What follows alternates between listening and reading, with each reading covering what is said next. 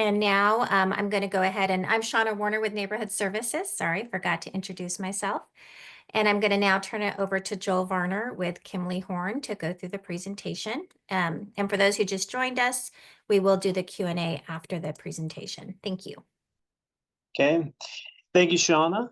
My name is Joel Varner with Kimley Horn, a civil engineering consulting firm, and I am managing the design of the College and McKellips Roundabout for the city of Tempe. So our agenda for today's presentation, we'll start with a project overview, move into an overview of the purpose of the project, as well as our design goals and objectives. I'll touch briefly on the project history. Then we'll share an updated rendering of the proposed improvements and talk through those. And then we'll touch briefly on the project schedule at the end. So the project overview is to reconfigure the intersection at College Avenue, McKellips Road. We'll be removing the existing traffic signal and installing a new single lane roundabout at this location. So the purpose of this project, first and foremost, that existing traffic signal no longer meets the traffic signal warrant. It doesn't have the amount of vehicular volumes necessary to warrant a signal at that location. The second purpose of the project is to help with traffic calming.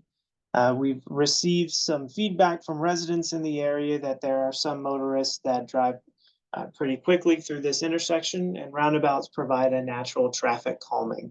And so we hope that will help slow down some vehicles through the intersection. And then third, we want to try to discourage heavy truck traffic using this intersection and traveling through the neighborhood.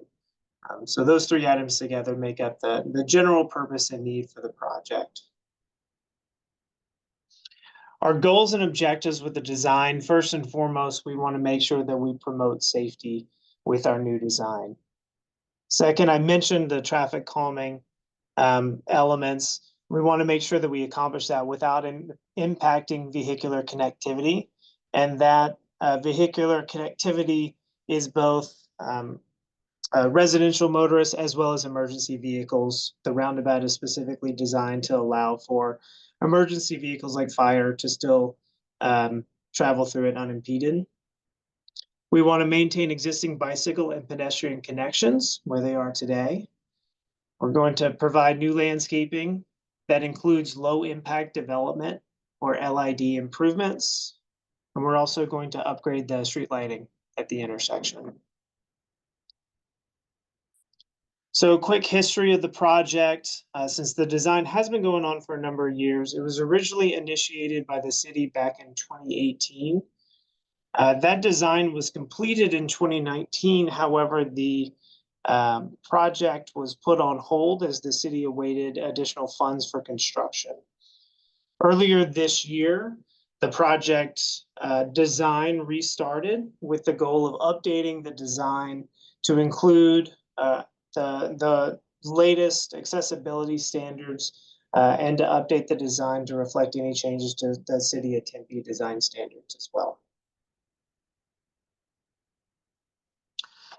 So the proposed improvements are shown on the graphic on your screen. North is up on this slide, just so you can get your bearings. Like I mentioned before, we will be providing a single lane roundabout at the intersection.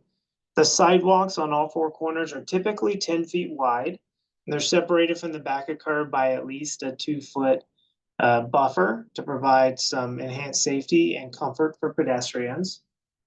You'll notice on the north leg and the south leg, there are bicycle ramps. The goal of allowing bicyclists who are using those existing bike lanes to exit the roundabout, and they can use the sidewalks to traverse the roundabout and keep going on their way.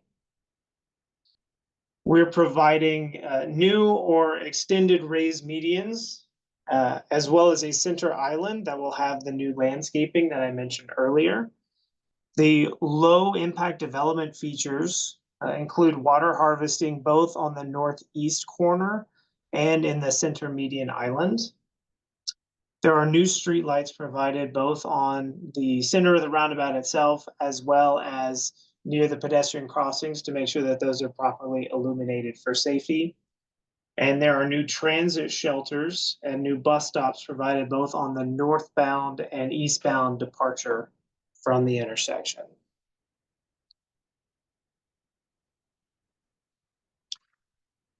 Our project schedule is shown here on the screen. I mentioned before, the original design began in April of 2018. There was a public meeting back in September of 2018. So those of you who attended that may remember some of this information from that public meeting. We completed the original design in April of 2019. In July of this year, the design update restarted. We are at our public meeting today in November 2024.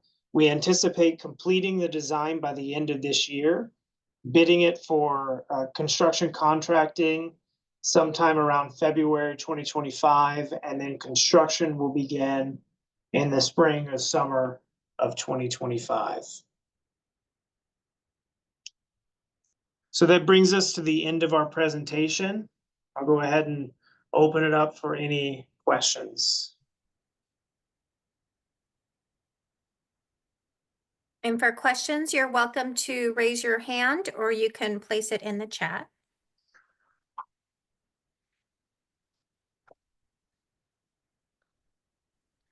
Hi, I had a quick question on the funding. Yeah, go ahead, please. I apologize. I didn't know how to raise my hand. I No, didn't you're mean to cut good. in front of you, Brian.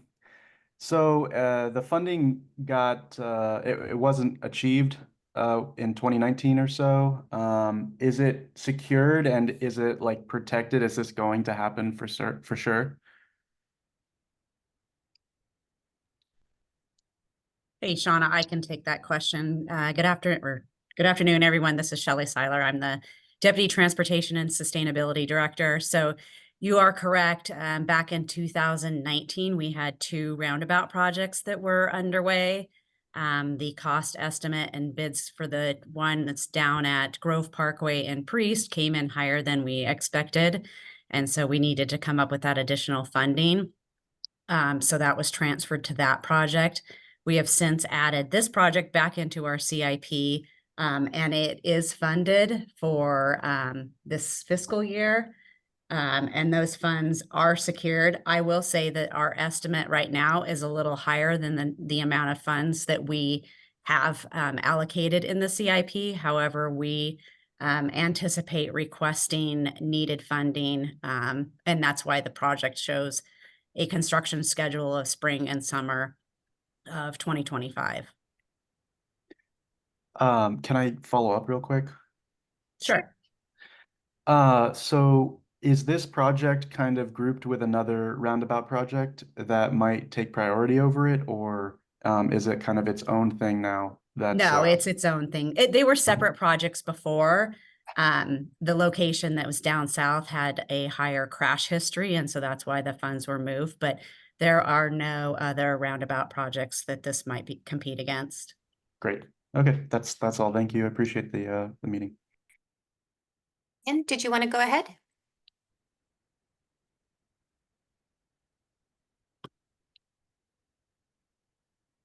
I'm sorry, Shauna, did you say me? I did. Okay, thank you. Yeah, hi, Brian Fellows here. Wonder, could you put the plan view back on the screen real quick?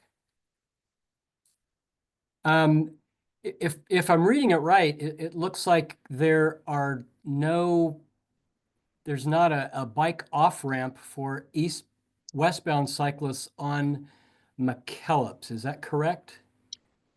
That's correct. So there are no existing bike lanes striped on McKellips Road. So we're providing the bike ramps where there are the existing bike lanes north and south, but since there aren't any on the existing McKellips Road, we're not currently showing them.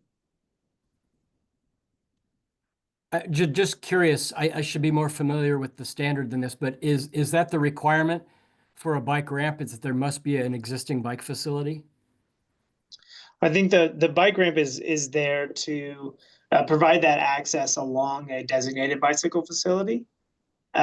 Since it's not currently striped on McKellips, I don't believe that there is a requirement to provide one if there's not an existing facility.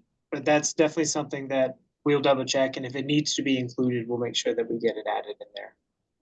Yeah, thank you, Joel. I definitely see some need for bicyclists negotiating that westbound to northbound turning movement to get them out of the conflict zone with vehicles. But yeah, I appreciate your attention to that. Thank you. Of course, thanks, Brian. Eric? Yeah. Thanks, Shauna. Hopefully you all can hear me. Hi, everyone. I'm Eric Iverson, the Transportation and Sustainability Director.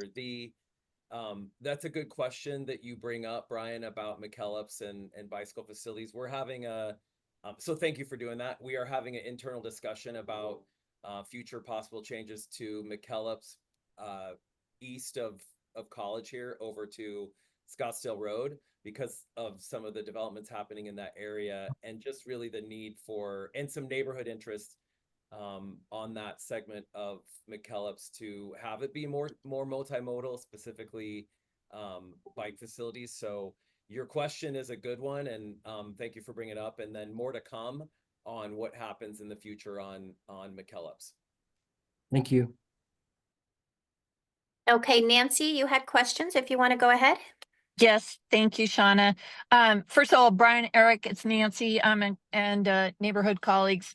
I appreciate the question about the bike path. That was one of my 3 questions. So looking forward to hearing a follow-up, especially with the developments that are being considered related to Scottsdale Road and McKellips. So that's number 1. Number 2 is, are there any, and I'm not sure, Shauna, who to address this to, perhaps Eric, but are there any conversations in play around a roundabout being included or added at some juncture to Weber and College, as well as on College under the freeway headed to the boathouse as well as to Sue's brewery? Eric, did you or Shelley want to take that? Sure, I can start, and Shelley may have more information. Thanks for that comment or that question. I'm not aware of our team. We have not been advancing any future possible roundabout at Weber and College, nor further south of there. I think the brewery you're talking about is 100 Mile Brewery. It is, yeah. And access over there, yeah. So no, I'm not familiar of any changes to that intersection at Weber and College, specifically a roundabout proposed there at this time. It's certainly, something that we could consider, but it's not being advanced that I'm familiar with at this time. Okay, thanks, Eric, for that. Yeah. And then my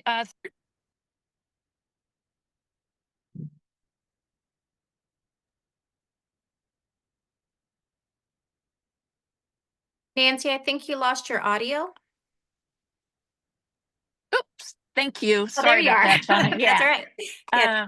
I was just going to ask, given that there, the comment about trucks in the neighborhood, is as part of this plan, and again, Eric, maybe you're the right person, I'm not sure, or Shelley, is there any consideration to posting signs or signage for the Cavalier neighborhood for certain streets that trucks may then start using because the roundabout is now in place at College and McKellips? Okay, Eric, that's something I can take. Thank you, Nancy. So if we do find that there is an issue with trucks cutting through that aren't making local deliveries, obviously, the UPSs, the FedExes, a lot of times need to go to the local neighborhoods, but we can go out there and analyze that and see if we're seeing, concerns, and then yes, post accordingly. I believe there might be a street or two within that area that does currently have signs that are posted for no trucks, but as this project moves forward, that's certainly something that if you as residents see that happening, we can certainly go out there and do some analysis and then post accordingly. That sounds great. Thank you, Shelley. Yeah, primarily it's over to Quick Trip and they're coming up Sunset. But again, not trying to distract, but rather support the effort here. So thank you guys for Definitely. doing this. And sometimes we can even, if we can identify perhaps the company that is making the deliveries and choosing to use alternate routes that might be impacting neighborhoods. The other thing we do is we can follow up with them to see if they can discourage their drivers. It's not always 100% effective, but it's another tool we use. Right on. Thanks again. And does anyone else have questions? I'm not seeing any in the chat or raise hands. There's one. Can you speak to the landscaping, specifically the trees? Could you, I guess, elaborate a little bit on that? Are you looking for kind of the specific species of trees that are being installed, or I guess what elaboration? Yeah, I'm curious. It looks like kind of everything is grayed out in the plan that is more or less going to stay the same. And I see a tree on the northeast corner that is where currently there's a large um uh olive tree of some sort, I believe.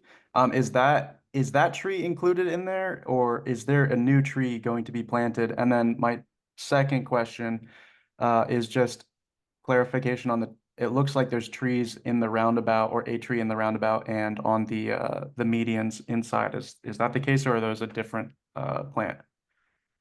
Yeah, so that is a good set of questions. A sharp eye on the landscaping as far as existing versus proposed. You're right on there. With the darker colored trees being the new ones. You are also correct. There is an existing tree that is located pretty close to the existing bus stop that's out there now. That is unfortunately going to be right in the middle of where that pedestrian ramp is on the northeast corner. So that large tree is unfortunately going to have to be removed for this to be installed, and we are replacing it with new trees on that corner in order to make up for the loss of that larger tree. And then as far as the vegetation in the medians, these are not, we are showing new trees mostly on the outsides. The vegetation in the middle is mostly ground cover and shrubs especially within that center island there. Is there, I assume you guys have looked into this, but is there any way to avoid taking that down? I know they just changed their landscaping, so it might not get the water it needs anyway, but it's quite an old and beautiful tree to take down. Yeah, we did look at a few options. There's unfortunately some design restrictions at the intersection that's kind of locking us into being able to shift the intersection away from that tree. But we did have quite a bit of discussions about it and looked at some different alternatives to get away from it. Some of those restrictions, there's an overhead power line at the south, so we can't really shift the intersection too far to the south. And then there are some grading challenges with the box culvert just north of the intersection that keeps us from being able to shift the roundabout further to the west to avoid the tree. So without being able to move in those two directions, unfortunately, we weren't able to save it. But yes, we did look at it quite a bit because we understand it's a big, pretty tree. So we did what we could to try to save it. Got it. Yeah, my only comment on that would be it'd be nice to have the power lines or whatever's restricting the movement towards the south to be put underground just to get, I mean, I know this might up the budget or whatever, but it would be nice to save that tree, and it would be nice to get the power lines underground. So it would kill two birds in one stone if you could move it south. That's just my personal comment. I really don't, I don't know in detail what's feasible. So I'll just leave it at that. Understood. Yeah, those power lines on the south, if they were a smaller voltage, undergrounding them could be an option, but they're one of the larger transmission lines, the 69 kV transmission lines that are quite difficult to underground. And SRP typically only allows undergrounding those in specific situations. So That's why we weren't able to pursue it for this particular project. Understood. Thanks. Hey, all, I just wanted to mention two more things. The undergrounding of the power lines, it's definitely, I think it was Truman that was asking. We always try to do that. It's a, you know, Shelley mentioned the project is already a little over budget. We're working on that. So it's you can underground when you have the money usually, and you know, you can work with the restrictions that SRP has. So just wanted to throw that out there. The other is that, Truman, I also wanted to mention that we're looking at with this landscape palette, you know, looking at having more trees out there in this intersection than we have today, even with the one loss of that olive tree that you're talking about on the northeast side. And then the other is that we're looking at a native plant palette, you know, really close to a Sonoran Desert palette because of largely because of the environment that we're in out there, being next to the preserve of you know, Evelyn Holman Park and next to Papago, et cetera. And then just being mindful of our water use and doing appropriate trees in our climate. So just wanted to mention that. Yeah, I appreciate that. Thank you. My concern is mainly with like how cool it is in this area. If you walk down here in the morning, it is just absolutely icy around this intersection, probably because of that little underground dip, I suppose. But I'd like to keep as much shade cover and cool feeling environment as possible. Thank you. Truman, Eric, while you were providing that answer, that gave me a couple seconds. I pulled up our landscape plans just to check exactly what we do have in those median islands, and those ones that are shown that appear to be trees, especially the south and east legs, those are actually trees in the island. So I just wanted to correct that. I misspoke on that earlier. Awesome. Good to hear.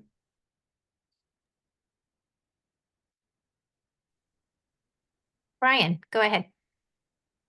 Yeah, question for Joel. I'm looking at the McKellips east leg towards the right edge of the page. Can you tell me what is the symbology? There's a yellow rectangle that's kind of towards the end of the sidewalk terminus. What is that? That's one of the new transit shelters. Oh, okay. Gotcha. Okay, thank you. And then just for everyone, we will post not just the recording, but then we will post a PDF of the image you're seeing. So that way, if you want to zoom in, you know, kind of get some more details, that'll be available at the project website shortly as well. Were there any other questions? I have one quick comment on the bus shelters or transit shelters. I see a lot of these man-made like structures that are like metal or they have some sort of like artistic design to them, and I feel like they just get kind of destroyed and ratty. It'd be nice to see a tree over there for part of the shelter, you know, because if you're sitting at a bus stop and it's just a metal shelter, it's gonna get really hot. I would much rather sit under that giant tree that's currently there than under a metal shelter that's just gonna be baking in the sun. So that's my final comment. I appreciate it. Thank you. So good comment, Truman. We'll take a look at that. Thanks for making that.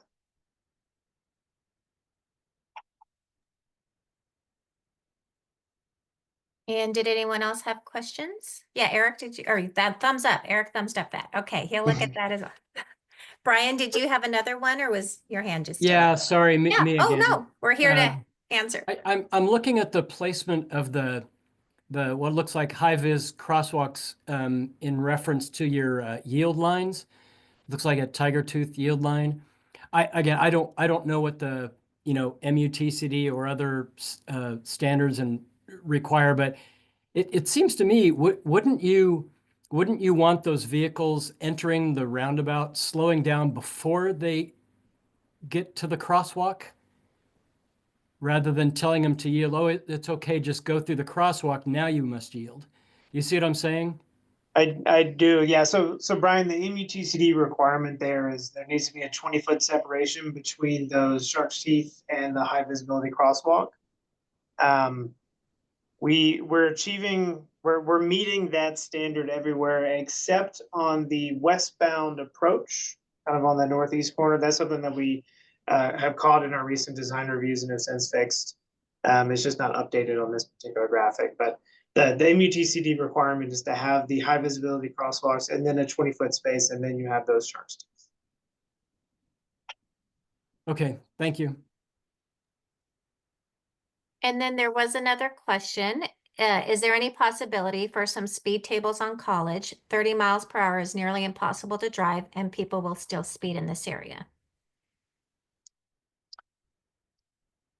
That's something that we have discussed and we can definitely take a look at. I know speed tables is something that we need to run by the fire department. They tend to want to take a look at those pretty closely.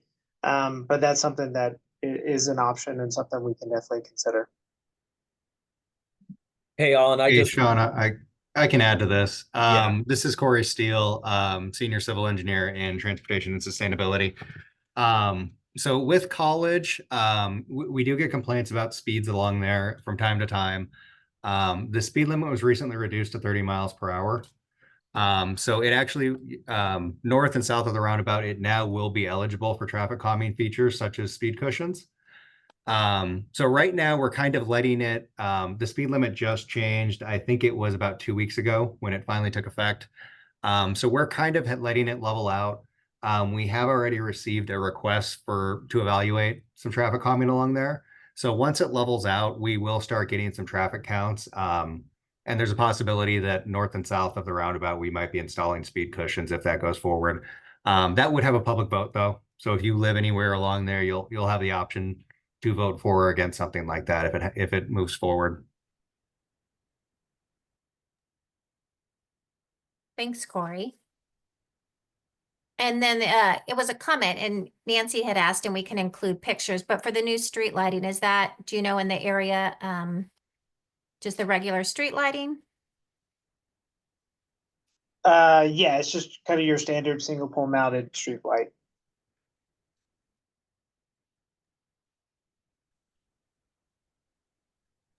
Okay, and any other questions? Are those going to be solar by chance? No, they're not currently planned to be solar. Okay. Opportunity is knocking. Thank you. Thanks, Nancy.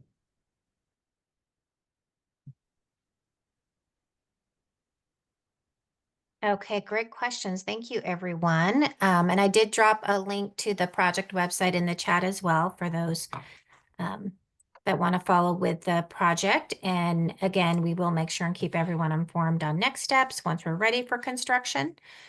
Were there any other questions though while we have the team here?